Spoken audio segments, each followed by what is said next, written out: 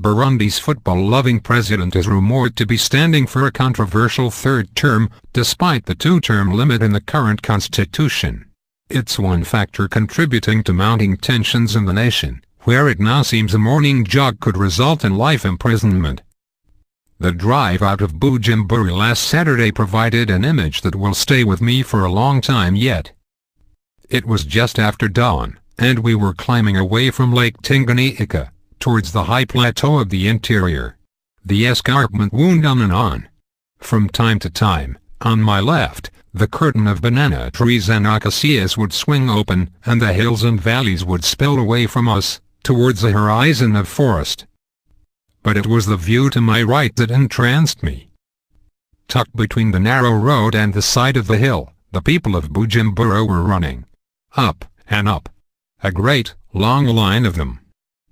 Some were in clusters, others, in their private reveries.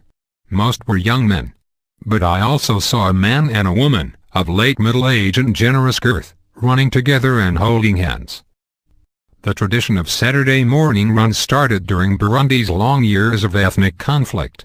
The last spasm of war only ended back in 2005, with 300,000 dead from the population of 8 million.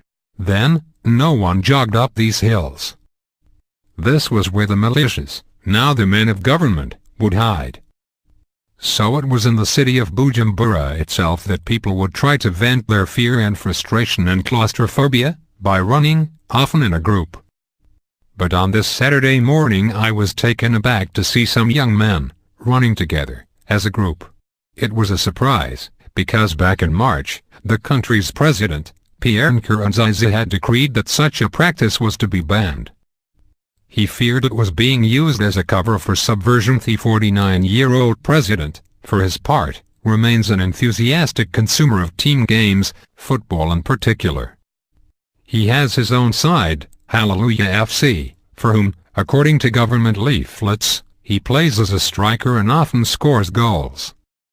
I'd already been made aware of the president's penchant for an kickabout as I drove, with my colleagues, back from an interview in town. Suddenly, a policeman and a soldier started waving their hands at us to get off the street, a frantic, ringing motion, as if they'd trapped their hands in a dog's mouth.